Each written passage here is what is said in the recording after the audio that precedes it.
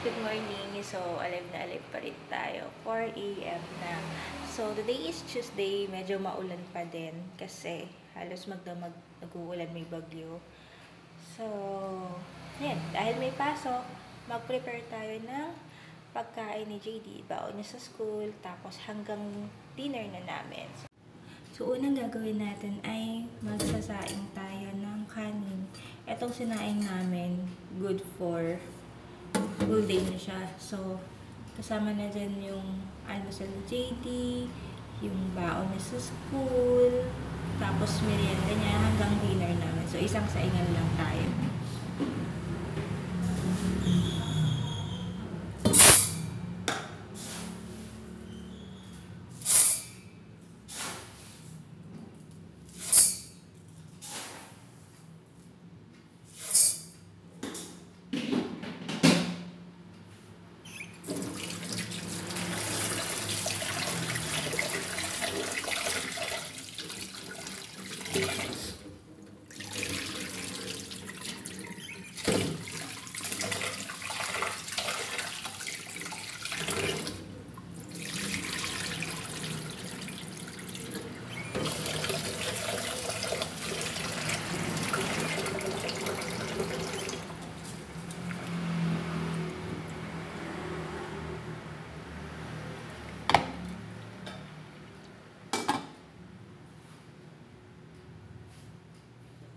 So, huwag natin kakalimutan guys na punasan yung rice cooker natin bago natin ilagay or isaksak kasi sisira.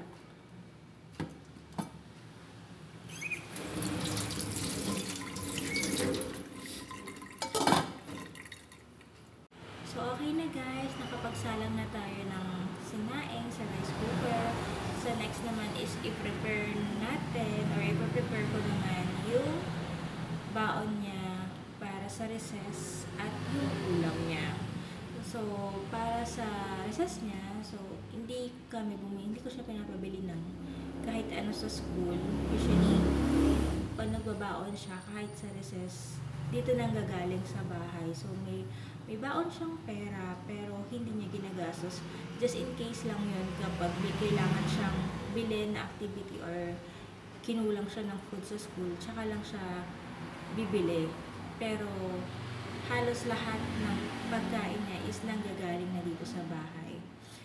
So, yung baon niya ngayon for recess is gagawin ko siya ng French toast kasi yun yung request niya, and then yun yung talagang trinay ko na ipakain sa kanya, ibabaon sa kanya na nagustuhan niya. So, paulit-ulit niyang nire-request yung French toast na yun.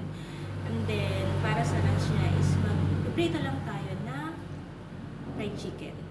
Yes, tapos na tayo mag-prepare. So, na-coat ko na yung fried chicken.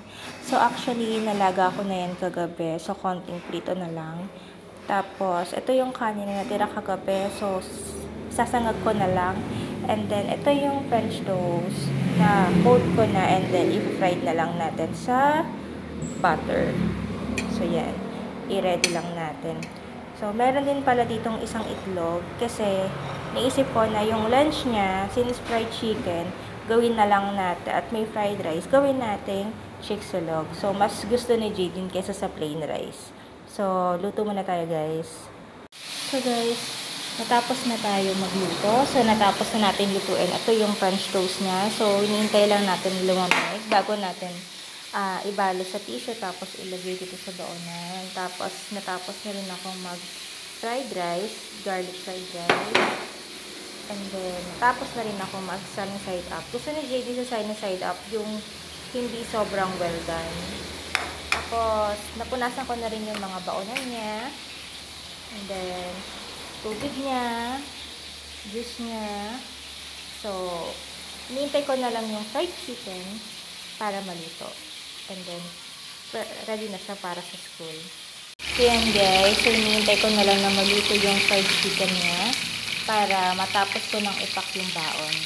Tapos, kanina habang nagluluto ako, kapag may chicken time, so, hinuhugasan ko na rin, sinasabi ko na rin yung paghuhugas ng mga pinaggamitan ko. So, yan.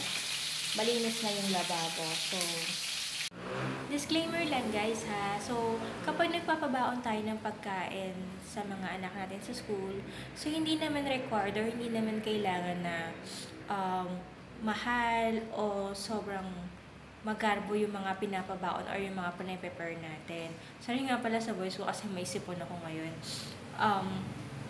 Yun lang kasi ang importante lang naman doon kung bakit tayo nagpe-prepare kasi mas gusto natin na namomonitor natin kung ano ba yung kinakain nila. At least, di ba, kapag tayo nag-prepare, na may make sure natin na malinis yung kinakain nila, na nutritious yung kinakain nila. Kasi tayo yung mismo yung nag-prepare. At nalalaman din natin kung ano ba talaga yung food na gusto ng mga bata. Kasi malalaman natin yan kung nauubos ba nila yung pinapabaon natin or hindi. Yun lang. So, kung ano lang yung available sa bahay nyo, o sa ref nyo, sa pantry nyo, so okay na okay naman yun. So, kailangan lang din natin maging creative kapag gumagawa or nagpe-prepare tayo ng pagkain ng mga bata. So, habang hinihintay ko na maluto yung manok, so, niready ko na. So, ito na yung kanin niya, tapos yung egg. Napak ko na rin yung mga French toast. Yan. Tatlo lang yung, lima yung ginawa ko. Pero, tatlo lang yung pinak ko kasi enough lang to para sa recess niya. And then, hindi na siya nagbe-breakfast sa school niya. So, yung recess, yun yung ginagawang breakfast niya.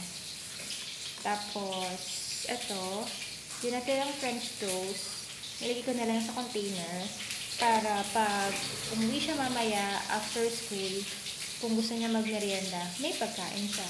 Tapos, ito, yung natirang kanin, yung fried rice, yung garlic rice. So, yun yung magiging almusal, tsaka baon ko din. So, yun, hintayin lang natin mapak. So, JD, gising na, naliligo na rin siya ngayon. So, habang naliligo siya, tapos na ako magluto, i-prepare ko naman yung uniform niya. Actually, ready na yung kagabi.